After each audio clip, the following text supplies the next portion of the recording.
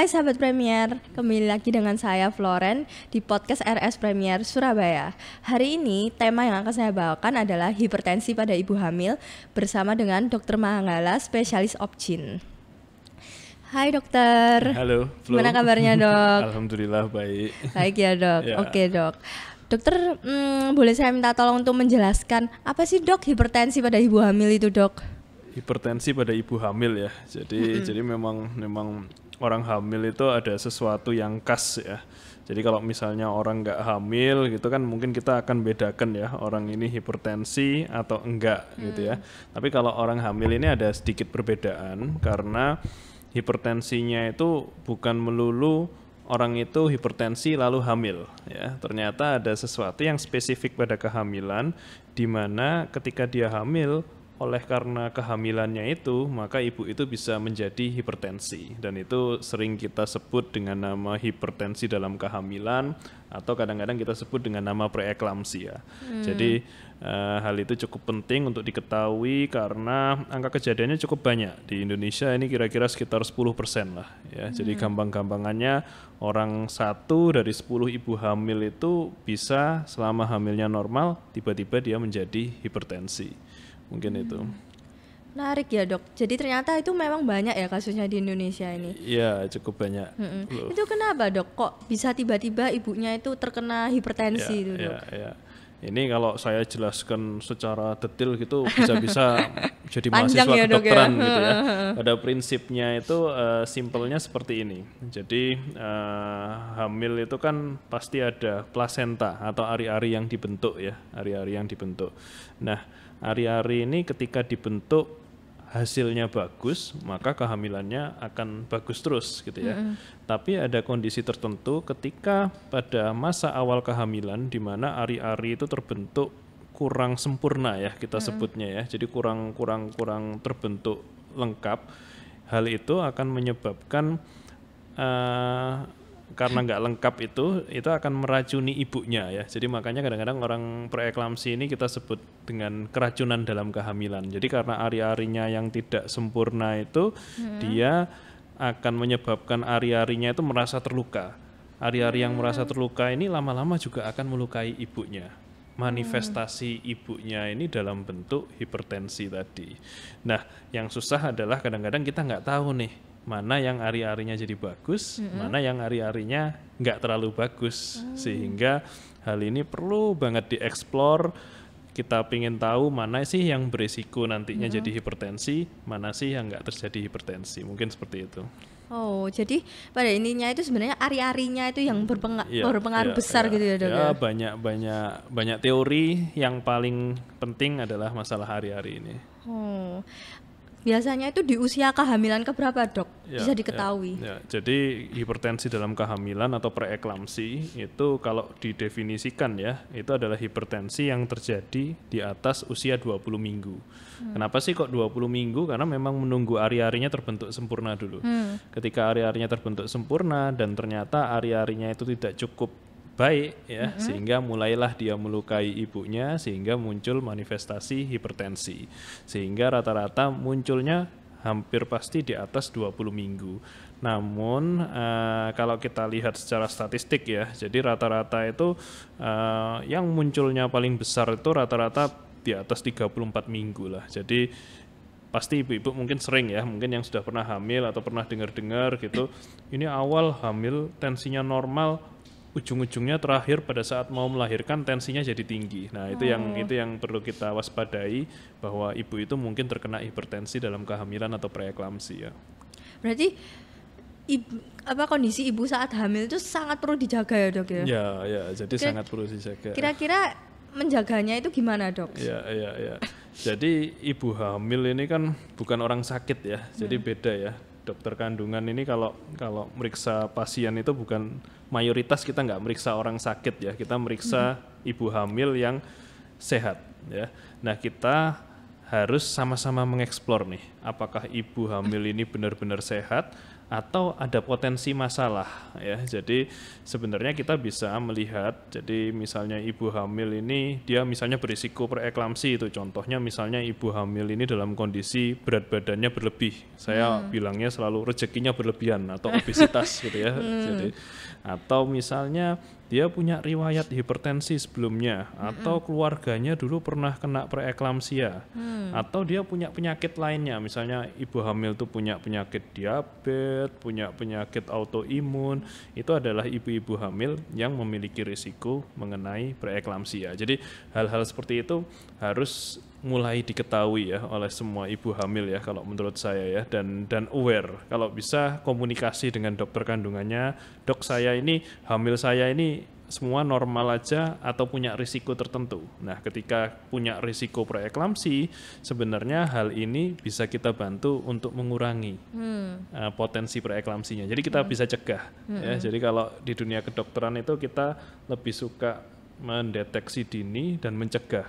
Karena kalau sudah ngobatin itu wah setengah mati pasti. Susah ya, lebih kompleks susah, gitu lebih ya. kompleks. Jadi harapannya adalah kita bisa mengintervensi lebih dini. Jadi wah ini kayaknya berisiko nih. Jadi kita bisa memberikan obat-obat tertentu supaya mencegah jangan sampai ibu itu jadi preeklamsia.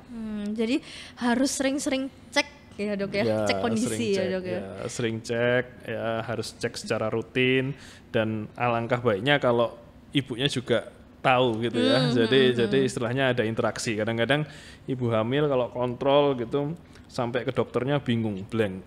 Mau ngomong apa, mungkin kadang-kadang dokternya juga nggak mungkin memberitahu semua. Kadang-kadang dokter kan pasti akan ngevaluasi, ketika ada yang bermasalah dia akan memberitahu. Tapi nggak mungkin memberitahu seluruh apa yang berisiko dan lain sebagainya. Nah itu mungkin keduanya harus saling melengkapi lah supaya bisa mendapatkan luaran kehamilan dan persalinan yang paling bagus lah, intinya seperti itu. Oke dok. Kira-kira macam-macam hipertensi ini ada apa aja ya dok? Ya macam-macam. Dan yang paling sering terjadi itu yang mana gitu? Yang mana gitu ya? Ya jadi hipertensi yang macam-macam ya, hipertensi dalam kehamilan. Ada yang kita sebut hipertensi kronis. Hipertensi kronis itu orang sebelum hamil sudah hipertensi, atau kalau misalnya kita pasien itu nggak tahu nih ya, dia punya hipertensi apa enggak, waktu kontrol awal gitu 10 minggu ternyata tensinya tinggi. Nah itu kita sebut hipertensi kronis. Jadi hipertensi ini hipertensi yang nggak related sama kehamilan intinya. Jadi orang itu sudah hipertensi, hamil. Yang kedua yang kita sebut dengan preeklamsi tadi, atau hipertensi gestasional kita nyebutnya ya. Jadi awalnya normal, gara-gara hamil setelah 20 minggu tensinya jadi tinggi. Itu yang kita sebut dengan preeklamsi. Paling banyak memang itu preeklamsia. Nah yang jadi susah lagi kalau preeklamsia itu kita biarkan, karena saya sebutkan tadi penyebabnya adalah ari-ari ya. Jadi obatnya apa? Ari-arinya harus keluar, harus dilahirkan dong. Nah ketika nggak dilahirkan maka keracunan itu akan terus-menerus terjadi sehingga bisa menyebabkan tensinya tambah tinggi. Dan yang paling kita takutkan adalah, jadi preeklamsi itu sebenarnya singkatan dari dari eklamsi. Eklamsi itu artinya kejang. Jadi ketika tensinya overly high, sangat tinggi sekali, maka menyebabkan ibu itu kejang. Ketika kejang, maka risiko kematian pada ibunya tinggi, pada janinnya tinggi. Jadi harapannya kita nggak menemukan kondisi itu. Kalaupun terjadi preeklamsi, ya kalau bisa yang ringan aja, jangan sampai preeklamsinya sangat-sangat berat. Intinya seperti itu. Oke dok. Kalau begitu pengobatannya seperti apa ya dok biasanya orang yang mengalami hipertensi? Iya. Kalau misalnya kita nemu risiko ya, jadi misalnya seperti saya sebutkan tadi, orang ini berisiko preeklamsi, maka kita bisa mencegah ya. Memang ada beberapa pengobatan tertentu yang kita lakukan, tapi kalau misalnya kita sudah cegah atau mungkin pasien itu nggak pernah nyegah preeklamsia, ternyata orang itu terjangkit preeklamsia beneran, maka dokternya akan menilai ya. Jadi kita akan menilai, karena kan saya sebutkan tadi penyebabnya ari-ari, obatnya satu-satunya adalah melahirkan bayinya. Nah dokter akan menilai kira-kira risk benefitnya kita teruskan kehamilannya sama kita lahirkan menang mana nih ya. Karena kan kita juga nggak mau melahirkan bayi yang prematur yang tentunya berisiko untuk bayinya, tapi kita juga nggak mau terus-terusan hamil sampai tua sehingga ibunya yang terluka gara-gara kehamilannya ini. Jadi kita selalu akan melihat jalan tengahnya, cari yang terbaik di mana bayinya mungkin cukup matang untuk bisa hidup di luar, tapi nggak terlalu cukup bulan ya, karena kalau cukup bulan mungkin jadinya ibunya yang terluka terlalu banyak. Jadi kita akan selalu melihat kondisinya masing-masing ya. Jadi yang paling penting kalau ibu hamil kalau bisa cek tensi rutin. Ketika tensinya sudah masuk kategori tinggi ya, tinggi itu mungkin kita sebut 140/90 ya, itu kita harus mulai hati-hati, mulai atur strategi itu kira-kira apa yang harus saya lakukan dan lain sebagainya, mungkin seperti itu. Dok, berarti kalau misalnya ibu hamil itu sudah mengalami hipertensi yang tinggi, itu ada kemungkinan bayinya itu lahir sebelum waktunya gitu ya? Ya, itu yang paling ditakutkan ya, karena ya sekali lagi pengobatannya adalah melahirkan ya. Untuk menyelesaikan terjadinya keracunan dalam kehamilan itu kita harus menghentikan kehamilannya, intinya seperti itu. Nah, timing kapan waktunya untuk kita menghentikan kehamilan ini yang harus kita diskusikan bersama dengan keluarganya. Mana yang paling tepat supaya benefit untuk kedua pihak ya, ibunya dan bayinya. Oke. Kira-kira ada nggak sih dok kayak makanan-makanan yang perlu dijaga gitu dok? Ya, jadi makanan yang perlu dijaga ya. Jadi kalau misalnya yang terkait dengan preeklamsi atau hipertensi dalam kehamilan ini relatif nggak terlalu banyak ya sebenarnya ya. Kadang-kadang orang ada yang ini misalnya dicek tekanan darahnya kok tinggi gitu. Oh iya ini gara-gara saya habis makan daging terlalu banyak, habis makan garam terlalu banyak gitu. Sebenarnya kalau untuk yang preeklamsi, kalau untuk yang hipertensi akibat kehamilannya ini nggak related sama makanan seperti itu. Jadi kadang-kadang ya pasien pasti denial ya, tapi kita harus paham bahwa kalau ibu itu tensinya tinggi ya itu tensinya tinggi karena kehamilannya.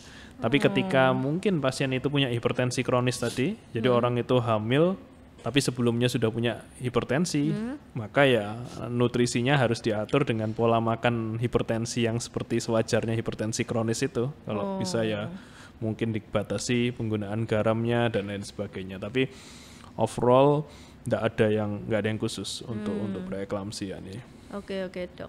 Berarti kalau misalnya kayak makan durian, gorengan gitu nggak apa-apa ya dok ya? Ya durian nggak apa-apa, yang penting bukan makan kulitnya gitu nggak apa-apa. Oh iya dok, benar-benar. Jadi kalau kita secara general gini ya, secara general makanan itu yang penting lengkap. Ibu hamil itu yang penting lengkap. Memang ibu hamil pasti punya apa itu ya, ngidam gitu ya. Kalau orang Jawa ngomongnya ngidam ya, tapi jangan lupakan makanan yang lengkap, yang bergizi. Jadi harus lengkap semuanya.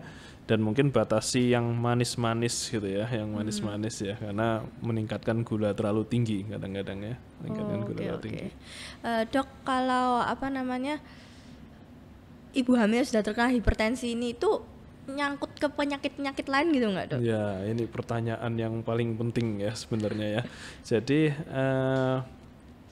kadang-kadang kita mengenal hipertensi dalam kehamilan aja enggak gitu ya. Tapi kalau di luar negeri, di negara maju, itu sudah memikirkan long term effect-nya ya, sama seperti COVID ya. COVID bisa long COVID ya kita nyebutkannya ya.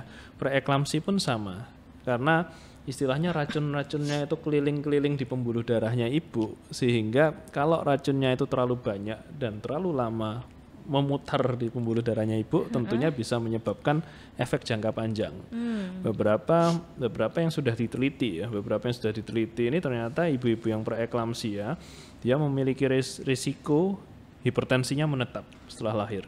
Harusnya kan setelah dilahirkan tensinya turun gitu ya, tapi ada beberapa yang hipertensinya menetap dan risiko kelainan kayak stroke, kayak jantung koroner itu juga meningkat ternyata pada ibu-ibu hamil yang pernah kena preeklamsi ya. Ini secara statistik ya.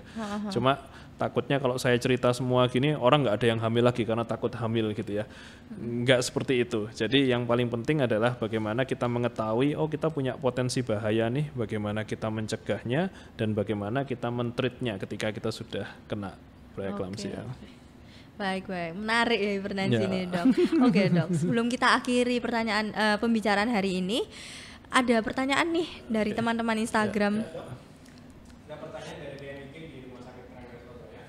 Halo dok, apakah jika anak yang dilahirkan dengan kondisi hipertensi dapat berbahaya untuk perkembangan anak? Oke. Jadi seperti yang saya sebutkan tadi ya, preeklamsi itu kan hipertensi ya. Hipertensi itu kan bayangan saya kayak selang gitu ya. Kalau selang itu kita jepit gitu kan tekanannya tinggi, sehingga tapi karena dijepit gini aliran darah yang masuk juga berkurang ya. Jadi kalau misalnya aliran darah yang berkurang itu kenanya ke ibunya, contohnya ke ginjal, ginjalnya bisa jadi gagal ginjal. Nah, yang ke anaknya apa? Kalau aliran darah yang menuju ke ari-ari itu semakin sedikit.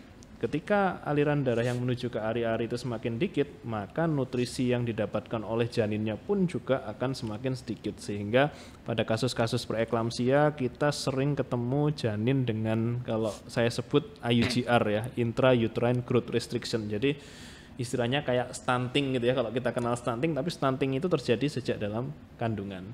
Nah ini yang mungkin perlu kita, kadang-kadang ibu hamil itu kalau sama kesehatannya sendiri nggak takut, tapi kalau sama janinnya takut gitu ya. Jadi mungkin harapannya dengan pengetahuan seperti ini kita sangat aware lah untuk menjaga ibu dan janinnya, mungkin seperti itu. Oke dok, kalau begitu jika sahabat Premier berminat untuk tanya lebih lagi nih sama Dokter Manggala tentang hipertensi ibu hamil, dokter ada di setiap hari apa nih dok? Saya praktek di sini, saya sampai lupa prakteknya hari apa ya. Kamis sama Jumat malam ya, jam 19 ke atas lah. Jam 19, jam 7 ke atas jam ya dok? 7 ke atas. Malam ya dok? Malam ke atas. Oke. Kalau begitu sahabat Premier, jika ada apa-apa jangan lupa untuk hubungi customer service kami di 599-3211 dan jangan lupa untuk selalu ikuti YouTube dan Instagram kami di RS Premier Surabaya. Salam sehat, terima kasih.